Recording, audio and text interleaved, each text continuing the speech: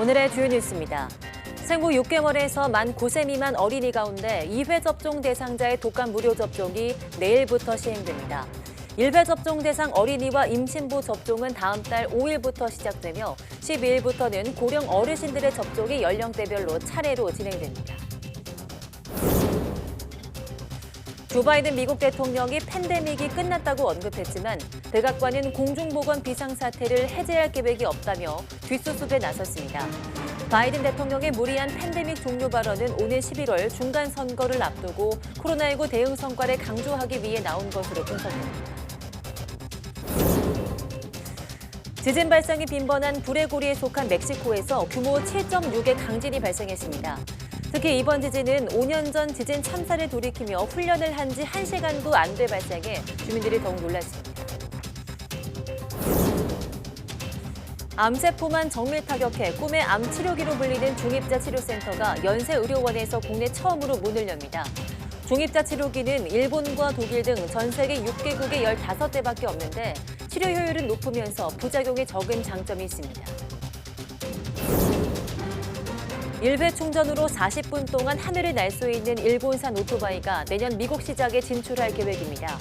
미국은 1회 충전으로 최대 60분 비행하는 오토바이를 개발 중인데 이르면 오는 2024년 말쯤 출시될 예정입니다.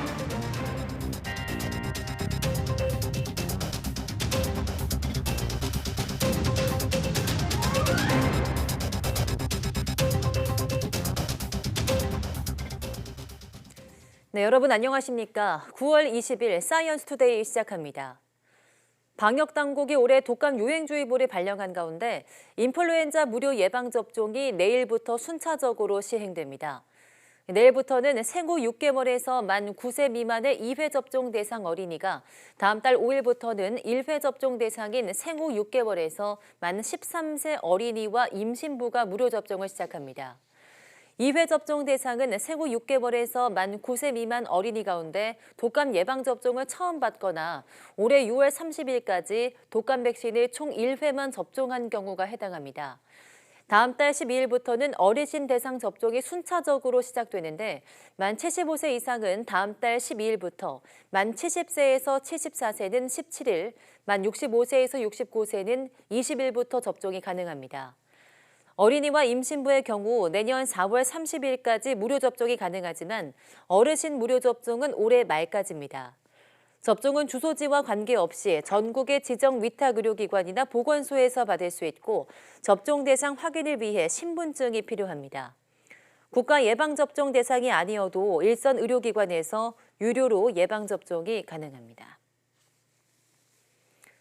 오늘 0시 기준 코로나19 신규 환자는 어제보다 2만 8천여 명 많은 4만 7,917명으로 집계됐습니다. 일주일 전보다 9천여 명 줄었고 2주 전보다 5만 1천여 명 감소했습니다. 신규 환자 중 국내 발생은 4만 7,594명, 해외 유입은 323명입니다. 위중증 환자는 497명으로 이틀 만에 다시 400명대로 내려왔습니다. 사망자는 24명으로 누적 사망자는 2만 7,891명, 치명률은 0.11%입니다. 조 바이든 미국 대통령이 코로나19 팬데믹이 끝났다고 말했지만 백악관은 공중보건 비상사태를 해제할 계획이 없다며 대통령 발언을 수습하고 나섰습니다. 백악관 관계자는 CNN 방송에서 팬데믹이 종료됐다는 바이든 대통령의 전날 인터뷰에 대해 바이러스 대응에 대한 정부의 정책 변화를 의미하는 것이 아니라며 이같이 밝혔습니다.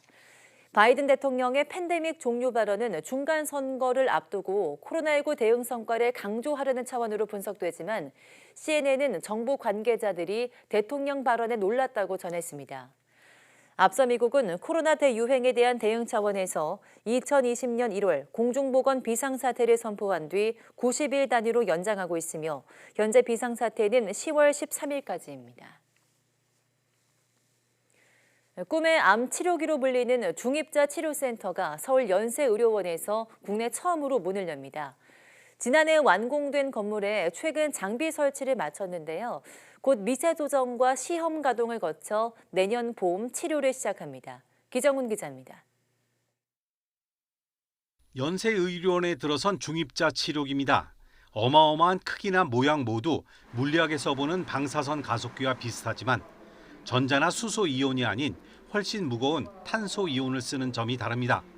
무거운 만큼 에너지가 강해 더 적은 치료 횟수로 효율적인 암 치료가 가능합니다. 더 큰 장점은 부작용이 획기적으로 적다는 겁니다. 엑스레이를 쏘면 큰 에너지가 점점 작아지며 암세포까지 도달하지만 중입자는 다른 정상 조직에 피해를 주지 않고 암세포 위치에 가서 큰 에너지를 발생합니다.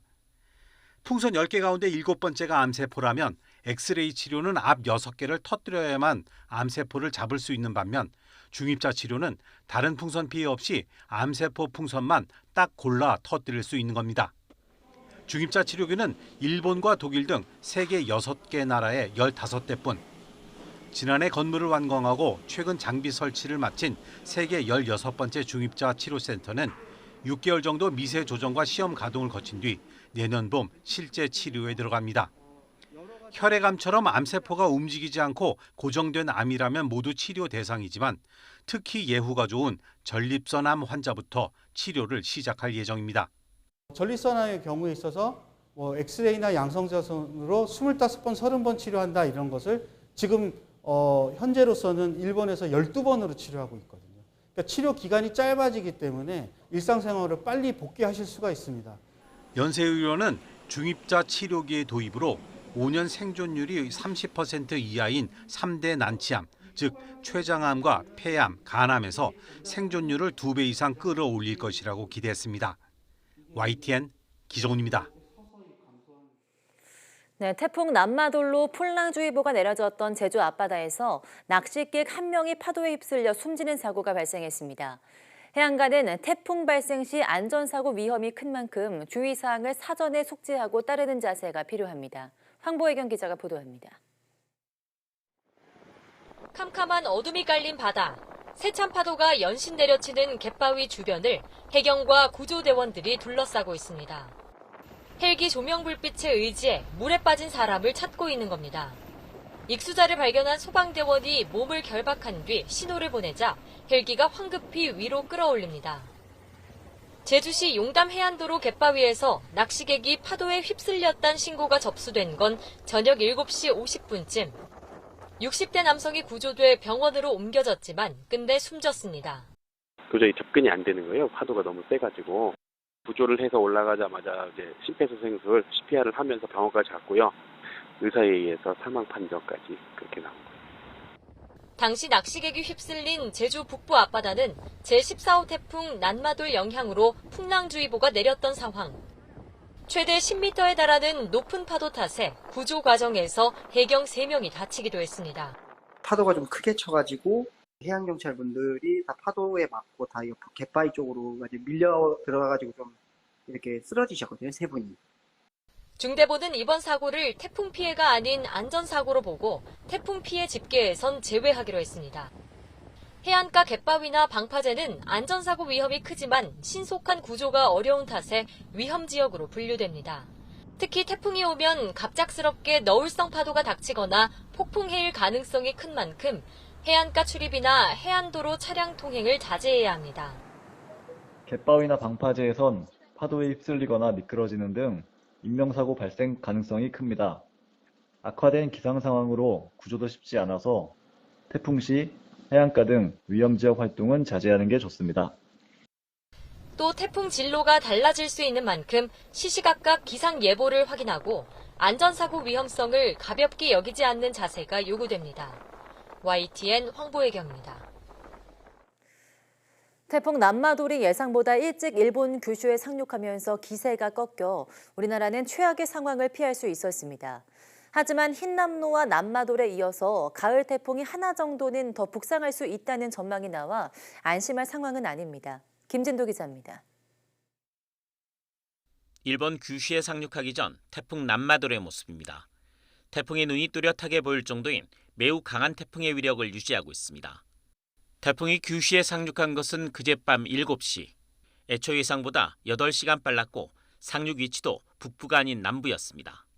태풍의 동쪽의 고기압이 다소 약화됨에 따라 태풍이 규슈 서쪽 해상을 돌아가는 대신 정북진하면서 규슈 남부에 상륙하게 되었고 이러한 상륙하는 지역의 차이가 곧 상륙 시점의 변화를 가져온 것으로 분석됩니다.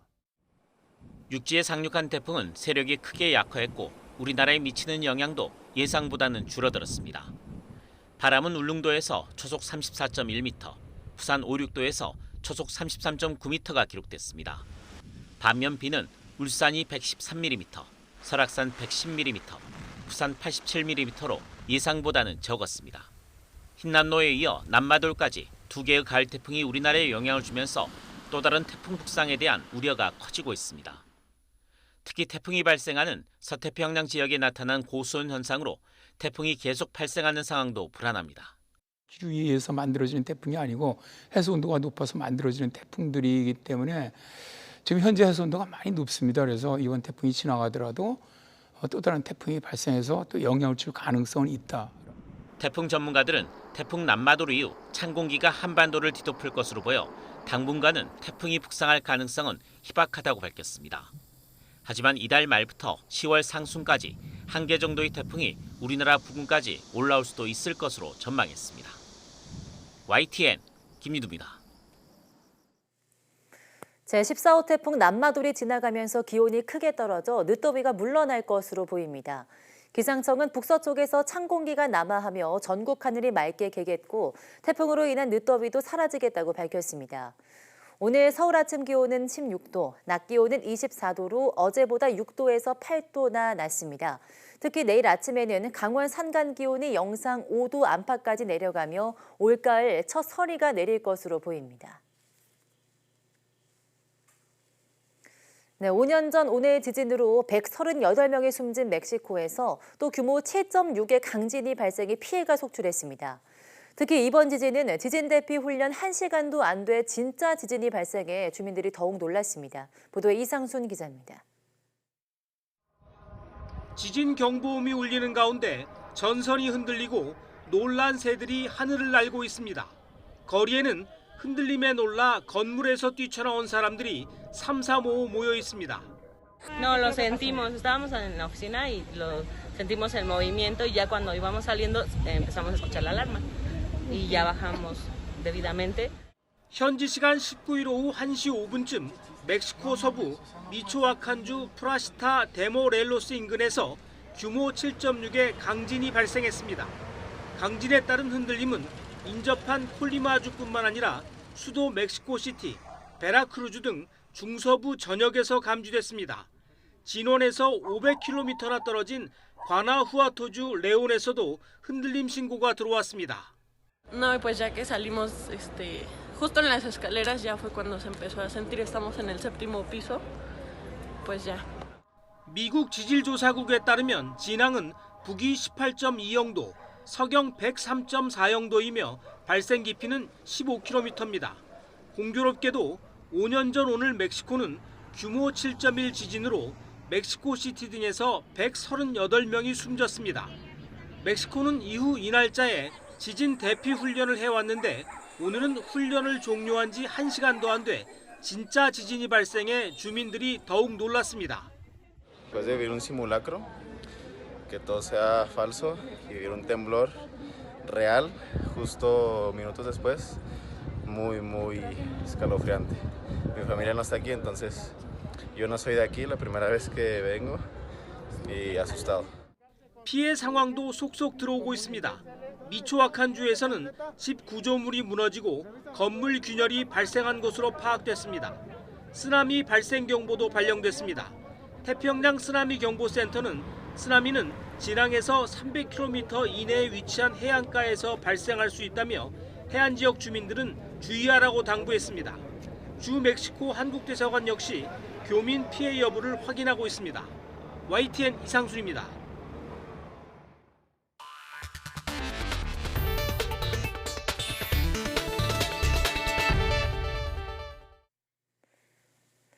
네, 일본의 한 스타트업이 개발한 하늘을 나는 오토바이가 내년 미국 시장에 본격적으로 진출합니다.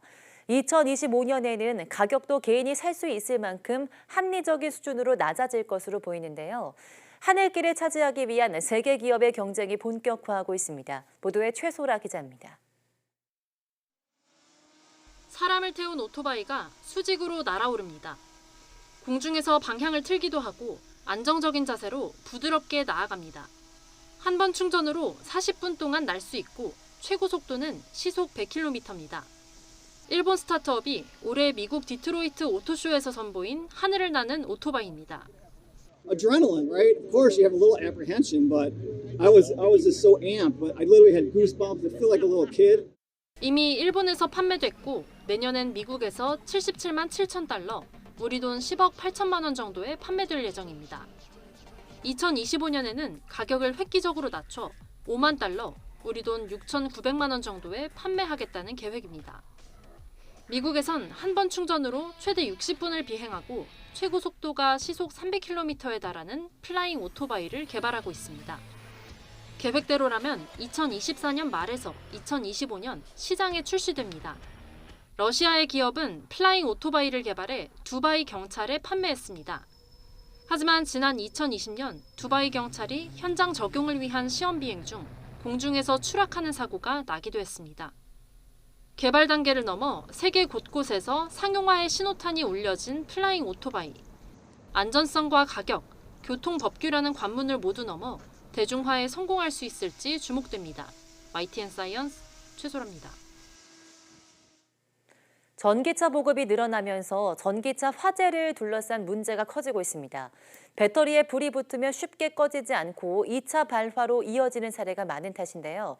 이런 문제를 해결하려고 소방은 소화포를 이용하는 대안을 찾았고 도로공사는 충전소에 수조를 만드는 묘안을 냈습니다. 이윤재 기자입니다.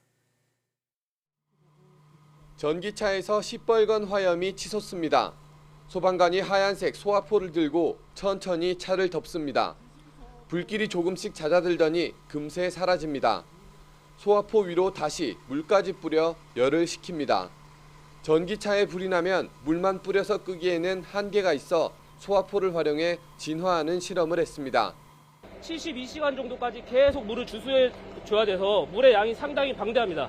그래서 지금처럼 최소의 수온으로 화재를 진압할 수 있는 것을 연구하게 되고 있습니다. 전기차 화재의 더 큰 문제는 배터리 열폭주로 인한 재발화, 다시 말해 과열된 배터리에서 다시 불이 붙는 사례가 잦다는 겁니다.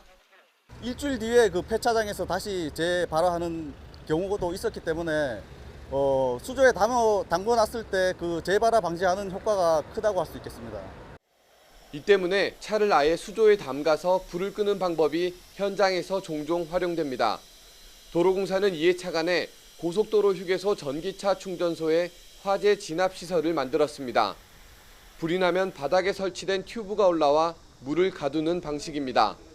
수조 형태로 만들어진 이 화재 진압 시설은 바닥에서 60cm 높이로 전기차 배터리가 물에 잠기도록 해 2차 발화를 막는 역할을 합니다. 전기차 화재의 절반 정도는 충전 중에 발생하는 점을 고려해 충전소에 진화 시설을 갖췄습니다. 충전 중에도 그 화재 발생이 굉장히 많다는 그런 기사도 있고 또 사례도 보다 보니까 저희 그 휴게소에도 그 화재 진압을 할 수 있는 시설이 필요하다고 생각해서 개발 설치하게 되었습니다. 전기차 보급이 늘어나면서 불이 나는 사례도 점차 많아졌고 올해는 벌써 44건이나 발생했습니다. 전기차 화재를 효율적으로 진압할 다양한 방법이 연구 개발되면서 피해도 줄어들 수 있을 것으로 기대됩니다. YTN 이윤재입니다. 네, 미국이 이른바 전기차 보조금 차별 정책을 강행하자 국내에선 퍼주다 당했다는 비판의 목소리가 높습니다. 우리가 차별당하는 동안 미국산 전기차인 테슬라는 국내 보조금을 싹쓸이하고 있다는 건데요. 맞는 말인지 신지원 기자가 따져봤습니다. 국민 혈세가 테슬라로 흘러들어간다. 전기차 보조금, 테슬라가 싹쓸이한다. 미국에서 생산지별로 전기차 보조금을 차별 지급하는 인플레이션 감축법이 통과된 뒤 국내 정책에 대한 우려가 커졌습니다. 국내 전기차 보조금 정책의 최대 수혜자는 미국이라는 겁니다. YTN이 확보한 전기차 보조금 현황입니다. 지난 2년 반 동안 지급된 내역이 정리된 자료인데 국산 전기차에 지급된 보조금의 비중은 2020년 75.3%에서 올해 상반기 87.5%까지 꾸준히 늘었습니다. 같은 기간 미국과 중국, 유럽산 전기차가 받아간 보조금 비중은 평균 20%에도 못 미쳤습니다. 따라서 우리나라의 전기차 보조금을 미국산 전기차인 테슬라가 휩쓸었다는 주장은 사실이 아닙니다. 수입산만 떼놓고 봐도 미국산 전기차의 보조금 규모 순위는 1위가 아닙니다. 지난해까진 미국산이 가장 많은 보조금을 받았지만 올해에는 중국에 크게 밀렸습니다. 중국산이 올해 상반기에 받아간 보조금만 388억 원으로 미국산의 2배가 넘습니다. 국내에서 중국산 전기버스의 판매가 증가한 영향인데 중국산 전기버스에 지급된 보조금만 해도 테슬라는 물론 전체 미국산 전기차가 받아간 보조금을 훌쩍 뛰어넘었습니다. 문제는 가격 경쟁력이 우월한 중국산 전기버스가 국내산을 위협하고 있다는 겁니다. 국내산 전기버스에 비해서 중국산 버스가 대당 거의 1억 원 차이가 납니다. 부품에 대한 원가, 인건비에 대한 인건비 부분이 우리나라보다 훨씬 저렴하기 때문에 차이가 날 수밖에 없고요. 실제로 전기버스에 지급된 보조금 비율을 보면 2020년에는 중국산 24.5%로 국산에 비해 크게 뒤처졌지만 올해 상반기에는 중국산이 전체 보조금의 48.8%를 가져가면서 턱 밑까지 치고 올라왔습니다. 국내 전기차 산업 경쟁력 확보를 위한 보조금인데 정작 중국의 저가 저성능 전기차의 절반 가까이 지급되고 있는 것은 명백한 정책의 허점이라고 봅니다. 국내 업계의 제반 사정을 고려해서 세부 내용 개편이 필요하다고 봅니다. 정부는 올해 말 업계 간담회와 관계부처 협의 등을 거쳐 전기차 보조금 제도를 개편할 방침입니다. YTN 신지원입니다. 네, 배추와 무 가격이 급등하면서 식당에선 김치나 깍두기를 밑반찬으로 내는 것도 부담스러워하고 있습니다. 마트나 온라인 쇼핑몰에선 포장 김치가 품절 대란까지 겪고 있습니다. 윤혜리 기자가 보도합니다. 서울의 닭 한 마리집.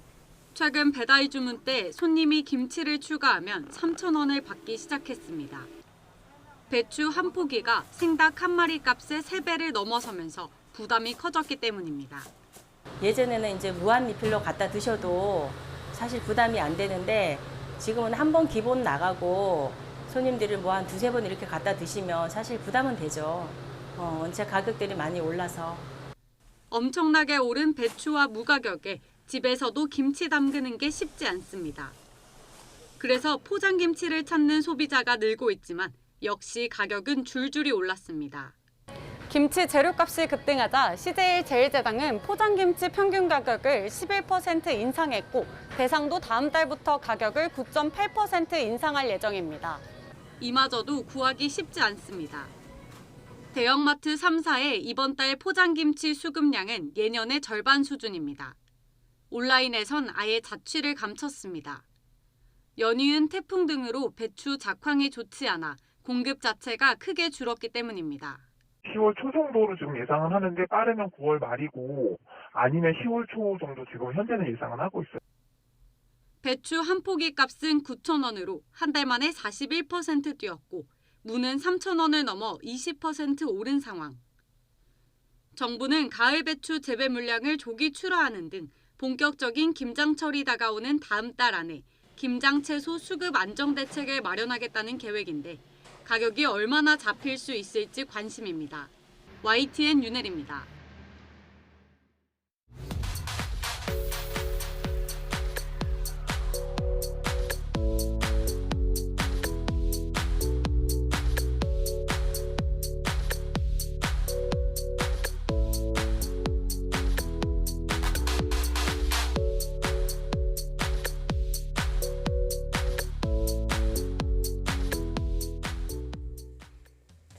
네, 최근 태풍 흰남노와 남마돌이 지나면서 전국 곳곳에 크고 작은 피해가 잇따랐습니다.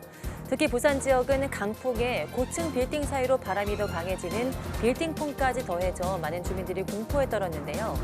오늘 오후 사이언스투데이 날씨학개론에서는 인간이 만들어낸 빌딩풍의 대응 방안과 그 활용법에 대한 이야기 나눠보겠습니다. 많은 시청 바랍니다. 함께해 주신 여러분 고맙습니다.